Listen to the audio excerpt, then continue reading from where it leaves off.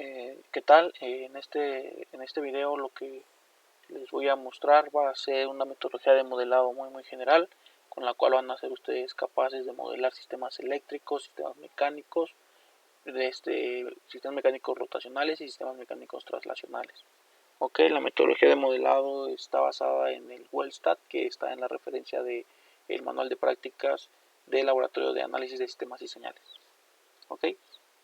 Entonces vamos a iniciar con la metodología de modelado. Para este video voy a modelar tres sistemas. Van a ser sistemas de primer orden. Va a ser un sistema eléctrico, un sistema mecánico traslacional y un sistema mecánico rotacional. Ok, la metodología, como les comento, está en el manual de prácticas. Y vamos a ver, lo primero que voy a mencionarles es que en la metodología de modelado lo que vamos a manejar no van a ser variables eléctricas, variables mecánicas, sino variables de flujos y esfuerzos. Así las vamos a clasificar. Las variables de flujos son aquellas que no necesitan ninguna referencia para ser medidas, y las variables de esfuerzos son aquellas que necesitan una referencia. Por ejemplo, en sistemas eléctricos, específicamente en este que tengo en esta figura, cuáles serían las variables de flujo de este sistema, o más bien las variables físicas de este sistema. Ok, las variables físicas de ese sistema van a ser, uno va a ser la corriente que circula en este circuito, va a ser I, esta corriente.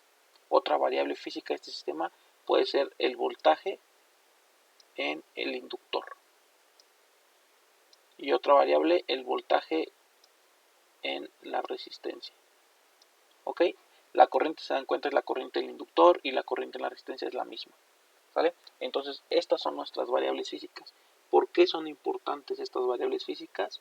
Bueno, pues porque el modelo matemático va a depender de la salida que nosotros escojamos, y la salida tiene que ser forzosamente una variable física de nuestro sistema. ¿Ok? Entonces podríamos tener tres ecuaciones diferenciales que relacionen tanto la corriente o el voltaje en el inductor o el voltaje en la resistencia con la entrada, que va a ser este voltaje de entrada, V. ¿Ok? Ahora vamos a ver cuáles son los elementos almacenadores de esfuerzos. Los elementos almacenadores de esfuerzos, si no se los saben de memoria, no se preocupen, ustedes se pueden ir a sus tablas de su práctica y van a irse a los elementos que almacenan esfuerzos, que son estos que están aquí, y vemos que en el sistema eléctrico el que almacena el esfuerzo es un inductor, y aquí a la derecha vemos su relación de constitución. ¿Vale? Es decir, la ecuación que describe el comportamiento de ese elemento. Entonces vamos a ver aquí los almacenadores de esfuerzos. Ya vimos que son los inductores en sistemas eléctricos. Entonces voy a pintar aquí el inductor. Perdón, vamos a acomodarlo. Va a ser un inductor. Y la relación de constitución de este inductor va a ser que el voltaje del inductor va a ser igual a la inductancia por la derivada con respecto del tiempo de la corriente que circula en el inductor.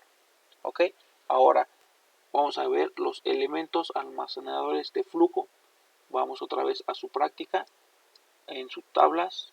Los elementos almacenadores de flujo son los que están del lado de acá. Vemos que en los sistemas eléctricos son los capacitores. ¿Y qué pasa? Que en este circuito no tenemos ningún capacitor. Ok, entonces elementos almacenadores de flujo no tenemos para este modelo matemático, para este sistema físico.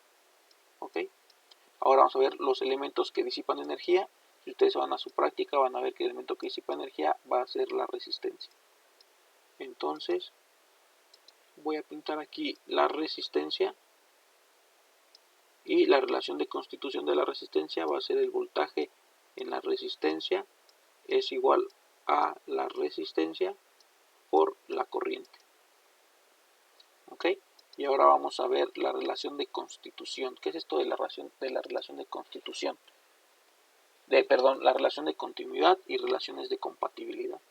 ¿Ok? Entonces, para los sistemas físicos existen relaciones que rigen el comportamiento de de la interconexión de elementos. Por ejemplo, en sistemas eléctricos está la ley de voltajes de Kirchhoff y la ley de corrientes de Kirchhoff en un nodo o en una malla, el voltaje es en una malla y de corrientes en un nodo. Entonces aquí nos vamos a clasificar para no tener tanto estas relaciones, las vamos a clasificar como relaciones de constitución y relaciones de continuidad y de compatibilidad. Las restricciones de compatibilidad tienen que ver con la sumatoria de esfuerzos, es decir, el esfuerzo debido a esta fuente va a ser igual al esfuerzo del inductor más el esfuerzo de la resistencia. ¿Ok?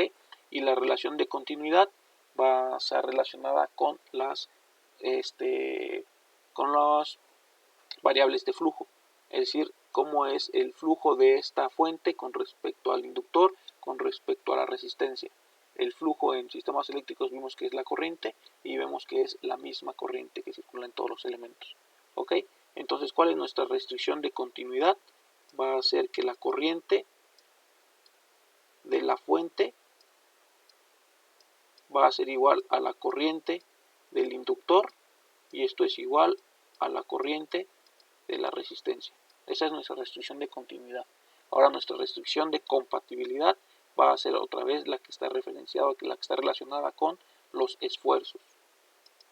Los esfuerzos ya vimos que son los voltajes en sistemas eléctricos y entonces la relación de compatibilidad va a estar dada por el voltaje, que es esta fuente, va a ser igual al voltaje en el inductor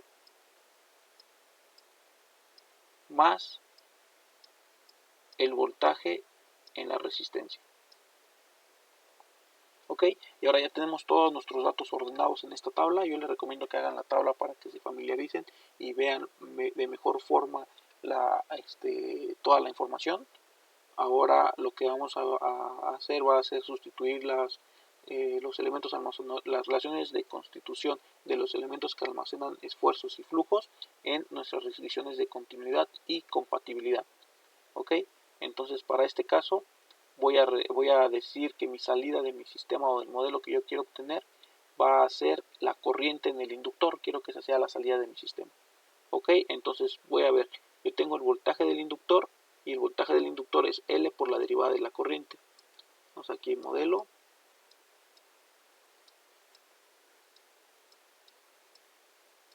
Va a ser que el voltaje del inductor, que dijimos que es L por la derivada con respecto del tiempo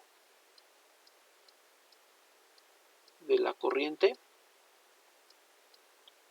en el inductor más el voltaje en la resistencia, y la resistencia quedamos que es el voltaje en la resistencia es igual a la resistencia por la corriente en la resistencia, y esto es igual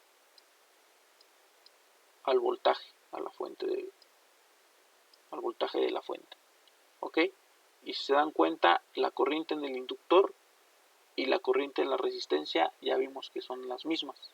Entonces, aquí déjenme acomodarlo. Voy a decir que la corriente, el voltaje en la resistencia va a ser a la resistencia por la corriente IL. ¿Ok? Y que esto ya es el modelo matemático de nuestro sistema físico, el cual relaciona la salida I con la entrada B. ¿Ok? ¿Qué pasa? Que podría obtener otro modelo matemático en el cual la salida no fuera la corriente, sino el voltaje en el inductor o el voltaje en la resistencia. ¿Sale? Cualquiera de estas variables físicas. Entonces, si yo cambio la salida, voy a cambiar el modelo matemático. ¿Ok? Bueno, ahora vamos a obtener el modelo matemático de un sistema mecánico traslacional. En el sistema mecánico traslacional, siguiendo nuevamente la misma metodología, vamos a encontrar las variables físicas de este sistema mecánico traslacional. ¿Cuáles son las variables físicas? Una va a ser la posición de de la masa. Aquí falta la posición, ¿no? Vamos a poner un marco de referencia. Aquí va a ser X. Puede ser una variable física, puede ser la posición. Otra variable física podría ser la velocidad. ¿Vale? la posición o la velocidad de esta masa, o la velocidad del amortiguador, pero vemos que el amortiguador está conectado con la masa, entonces la velocidad de la masa es igual a la velocidad del amortiguador. ¿Vale? Ahora, ¿cuáles los almacenadores de esfuerzos? ¿Cuáles son los elementos almacenadores de esfuerzos? Vamos a ver nuevamente, si no se lo saben no pasa nada, vamos a los elementos almacenadores de esfuerzos de sus tablas en su práctica. Los elementos que almacenan esfuerzos en sistemas mecánicos van a ser los resortes. El mecánico tradicional son los resortes, y vemos que nosotros en este sistema no tenemos elementos que almacenan esfuerzos. ¿Ok? Entonces, elementos almacenadores de esfuerzos no tenemos, y elementos almacenadores de flujo. El elemento almacenador de flujo, el mecánico relacional, va a ser la masa. Y si tenemos una masa, ¿ok? Aquí fíjense que la relación de constitución es la aceleración igual a 1 sobre m por la derivada con respecto al tiempo de p, donde m es la masa y p es la cantidad de movimiento. Y recuerden que la derivada de la cantidad de movimiento es igual a la fuerza. Entonces aquí, fíjense, es fuerza igual a masa por aceleración. ¿Ok? Entonces vamos nuevamente y vemos que el elemento almacenador de flujo va a estar dado por la masa. Entonces vamos a poner aquí el elemento que va a ser el elemento masa, y la relación de constitución del elemento masa es igual la fuerza de la masa es igual a la masa por la aceleración, F igual a ma. ¿Ok? Ahora, elementos disipativos, tenemos el amortiguador, que lo voy a pintar de esta forma.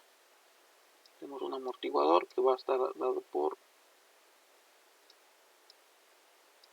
este dibujito de aquí, que nos interesa, que es el coeficiente de fricción.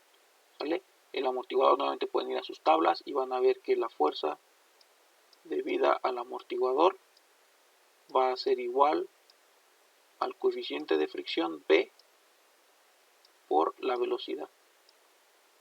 ¿Ok? Y ahora vamos a ver las relaciones de continuidad. Otra vez las restricciones de continuidad están relacionadas con las variables de continuidad de flujo. ¿Ok? Las variables de flujo quedamos que son las que no necesitan referencia. Y vamos a ver aquí, por ejemplo, esta fuerza que yo le aplico a la masa, ¿cómo va a responder la masa cuando yo le aplique una cierta fuerza? Pues va a responder con una fuerza debida a la masa,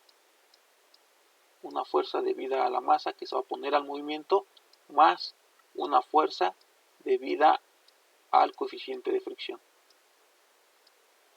Entonces esta fuerza se va cuando yo aplique la fuerza el sistema va a reaccionar con dos fuerzas en contra, la debida a la masa y la que es debida al amortiguador, y esas son las restricciones de continuidad. Entonces aquí vemos que la fuerza F es igual a la fuerza debida a la masa más la fuerza debida al coeficiente debida al amortiguador. ¿Ok? Y ahora las restricciones de compatibilidad, que es la que se debe a los esfuerzos.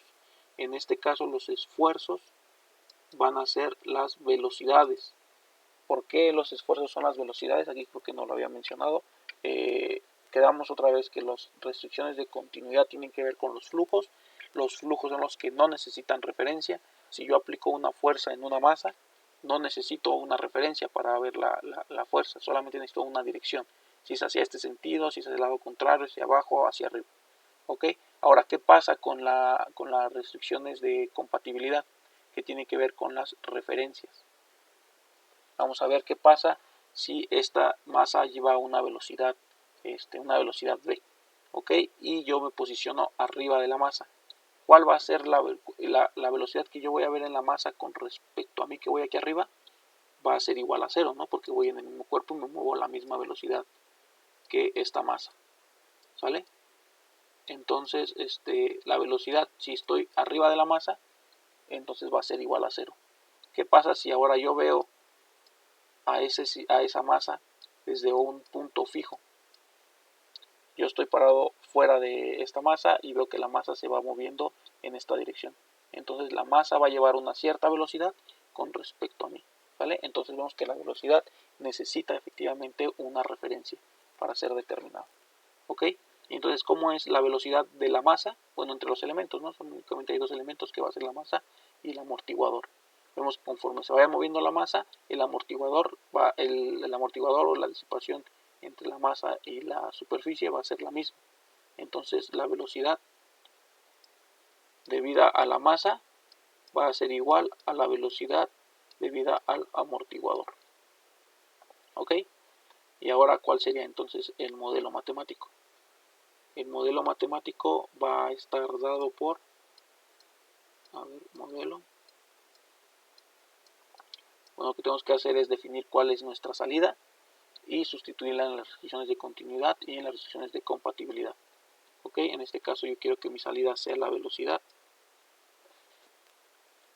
Entonces yo tengo que la fuerza de la masa, y la fuerza de la masa es la masa por la aceleración, va a ser la masa por la aceleración más la fuerza debida al amortiguador, que va a ser el coeficiente de fricción, por la velocidad, va a ser igual a la fuerza que yo le apliqué a la masa. ¿Ok? Y recordemos que la aceleración es igual a la velocidad, a la derivada de la velocidad, y que la velocidad es igual a la derivada de la posición. ¿Ok? Entonces, como mi salida es la velocidad, yo tengo que llevar o representar este término en función de la velocidad. Entonces, tengo que m, donde m es un parámetro de mi sistema, por la aceleración, donde la aceleración es la derivada de la velocidad, entonces va a ser por la velocidad, la derivada de la velocidad, más el coeficiente de fricción por la velocidad es igual a la fuerza. Y entonces tengo nuevamente mi modelo matemático que relaciona la salida velocidad con la entrada fuerza. ¿Ok? Y ya está otra vez el modelo matemático. Ya llevamos dos, ya llevamos el sistema eléctrico, el sistema mecánico traslacional, y ahora vamos a trabajar con el sistema mecánico rotacional. ¿Ok? Este es un sistema mecánico rotacional, si ven en su práctica es un spinner, perdón por el dibujo, no está tan bien. Todo el mundo espero que conozca el spinner y que alguna vez lo haya utilizado. Se van a dar cuenta o recordarán que al centro tiene un rodamiento o un valero y unas pesas en estas aletas.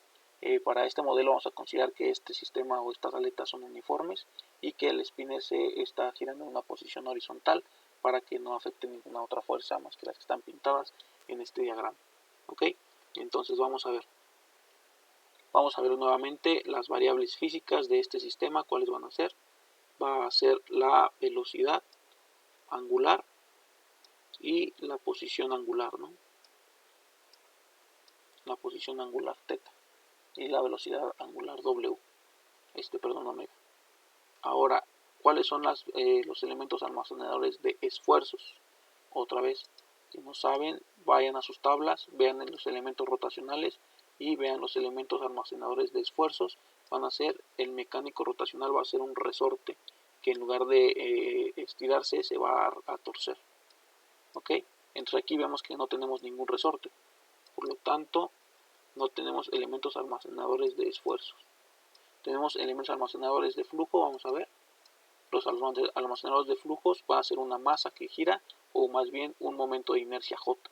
¿Ok? Entonces aquí tenemos un momento de inercia, o es una masa que está girando, que va a girar, la masa de las aletas del spinner. Entonces sí tenemos un elemento o una masa que gira. Vamos a dibujarla como una masa que está más o menos que se parezca al dibujo de su cuadro de la práctica. ¿Ok? Y entonces este momento de inercia, ¿a qué va a ser igual o cuál es la relación de constitución de este elemento? La relación de constitución va a ser el torque debido a J va a ser igual a J por la aceleración. Y aquí nuevamente la aceleración es igual a la velocidad angular, a la derivada de la velocidad angular. Y la velocidad angular es igual a la derivada de la posición angular. ¿Ok? Y ahora vamos a ver si hay elementos disipativos. Ya dijimos que aquí hay un rodamiento entre el valero y la masa que está girando. Entonces aquí tenemos un amortiguador, un amortiguador rotacional, ¿vale? Y el amortiguador rotacional está, ¿dónde está? Aquí está el dibujo. Nuevamente se parece al translacional, pero que gira. Vamos a ver si sale. Va a ser un amortiguador rotacional, va a estar dado por otra vez este elemento, solamente que aquí el movimiento es circular. Ok, es un amortiguamiento rotatorio. ¿Y cuál es la relación de constitución? Nuevamente, si no se la saben, pueden ir y revisar sus tablas. La relación de constitución va a ser el torque debido a beta, donde beta es el coeficiente de fricción, va a ser igual a beta por la velocidad angular.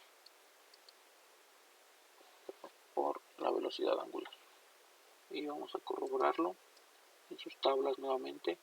Es mecánico rotacional, va a ser, aquí está, va a ser la velocidad angular por beta por el torque debido a beta va a ser igual a omega por beta 0, o beta en este caso. Ok, ahora la relación de continuidad. Nuevamente, la relación de continuidad están asociadas a los variables de flujo. La variable de flujo para los elementos rotacionales van a ser las velocidades angulares. Las relaciones de las fuerzas, los torques, y las restricciones de compatibilidad van a ser las velocidades. ¿Ok? Entonces, ¿cómo son la restricción de continuidad? Que es relacionada con los torques. ¿Cómo son los torques en este sistema?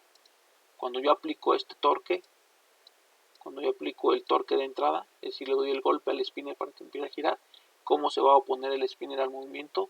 Va a ser igual, el torque que yo le aplique va a ser igual al torque debido a la masa o debido al momento de inercia más el torque debido al coeficiente de fricción.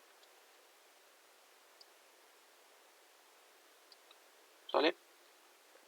Esta va a ser mi restricción de continuidad y la restricción de compatibilidad es debido a las fuerzas.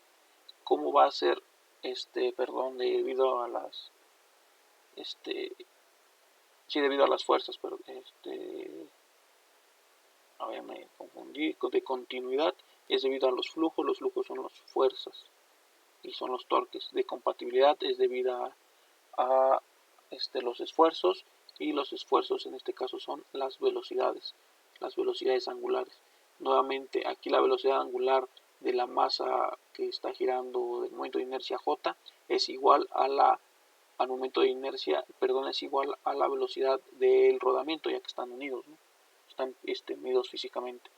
Entonces, la velocidad angular debida a J es igual a la velocidad angular debida a beta. Están conectados, ¿no? Están unidos los elementos. ¿Ok? Y ya tengo toda la información que necesito. Vamos a pasar al modelo. ¿Cuál sería el modelo matemático? El modelo va a ser, nuevamente, elijo mi salida y sustituyo mis restricciones de continuidad, de compatibilidad, sustituyo las variables de constitución de cada uno de los elementos en mis restricciones de continuidad y de compatibilidad. Ok, entonces vamos a ver, tengo que el torque de entrada es igual al torque de vida a J. Bueno, primero, ¿cuál va a ser mi salida? Como hace rato fue la velocidad, ahora va a ser la posición angular. Entonces la posición angular, o más bien el torque debido a J, es igual, el torque debido a J es igual a J por la aceleración más